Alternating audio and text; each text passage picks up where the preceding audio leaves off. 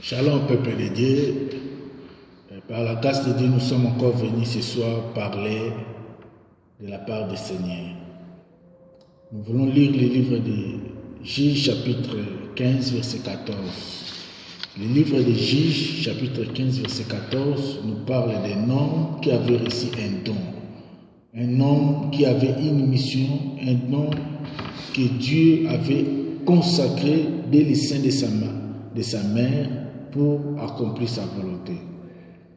Cet homme, c'est Samson. Ce texte que nous lisons, nous voyons la vie d'un homme qui a un don et son caractère. Un homme qui a un don et son comportement. Vous savez, là où les dons et le caractère, un bon caractère, vont ensemble, l'homme réussit facilement. L'homme réussit avec Dieu.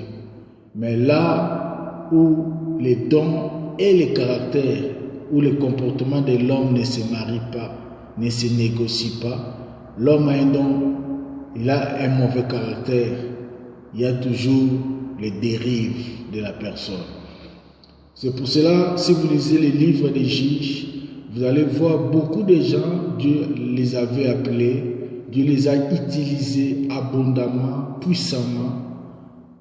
Dieu les a utilisés supernaturellement, mais la fin a justifié les moyens. Vous savez, le livre des juges nous parle des dons et c'est un livre parallèle avec les livres des Corinthiens. Parce que le livre des Corinthiens, c'est un livre qui nous parle aussi des dons spirituels. Paul nous énumère les dons et son exercice. Paul nous parle des dons et les ministères. Tu as reçu un don et comment exercer, comment fonctionner ces dons dans l'Église. Paul a voulu mettre de l'ordre dans l'Église. Comment recevoir un don? Un don peut être, tu peux recevoir un don par l'apprentissage, tu peux recevoir un don naturellement, tu es né avec, et tu peux aussi recevoir un don par le Saint-Esprit. Ça, ce sont les trois moyens que quelqu'un peut avoir un don. Un don peut être naturel, tu es né avec. Un don peut être spirituel, tu l'as reçu par le Saint-Esprit. Et un don, tu peux aussi l'acquérir par un moyen d'apprentissage. Si nous lisons ces dons, nous voulons voir, nous pouvons reconnaître Paul étant que quelqu'un qui est venu mettre de l'ordre dans l'Église. Maintenant, les juges, si nous lisons ce livre, nous allons voir comment les gens, Dieu les a choisis, Dieu a mis sa vocation, Dieu a mis un don dans leur vie pour accomplir sa volonté. Et ce soir, nous voulons parler d'un homme qui avait reçu un don de la part du Seigneur. Son nom, c'est Samson. Samson avait reçu un don. Dieu l'a consacré pour venir délivrer le peuple d'Israël devant une nation puissante qu'on appelle les Philistins. Maintenant, les dons et les caractères, c'est-à-dire les dons et le comportement de Samson étaient différents.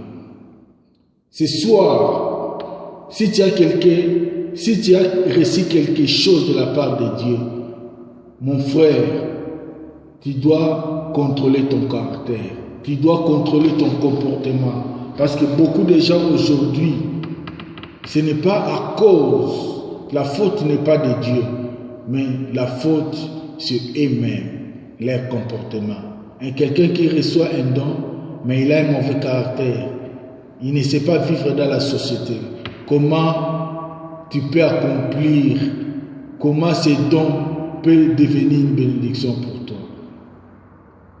Si nous lisons, nous allons voir, vous savez, un don, quelqu'un qui a un don, la Bible nous dit, les dons, c'est comme un parfum de bonne odeur. Ça, c'est le livre des Proverbes qui nous disent.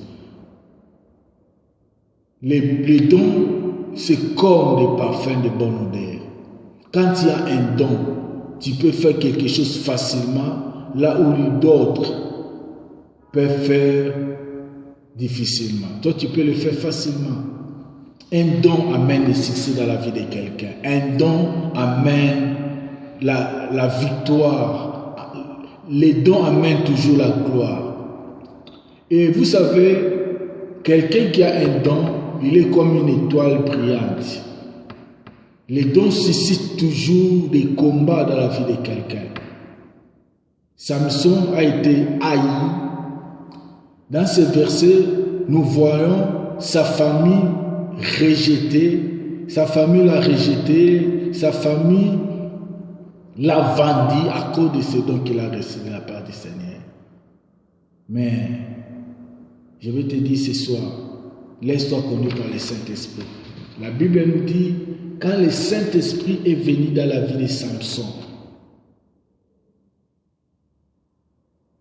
la vie de Samson a été changée.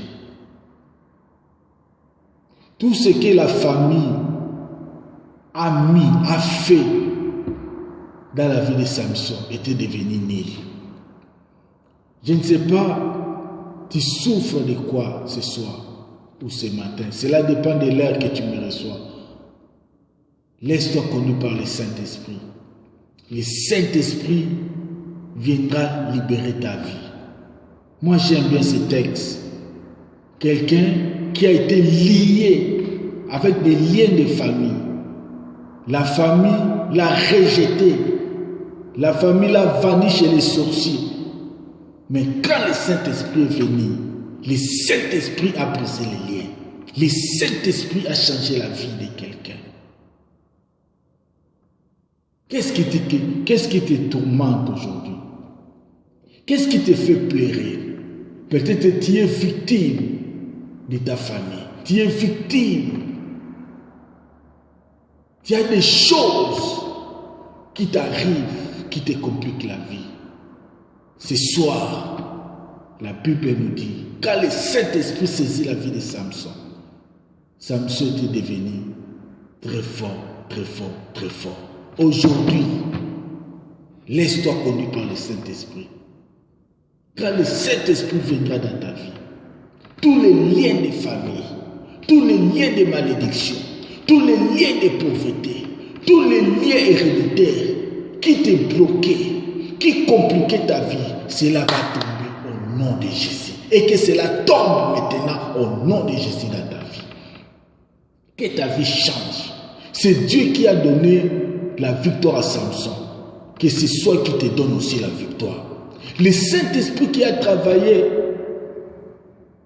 temporellement dans la vie de Samson, aujourd'hui le Saint-Esprit habite en nous permanent dans ta vie. Quel est le Saint-Esprit qui demeure en toi? La Bible nous dit, quand le Saint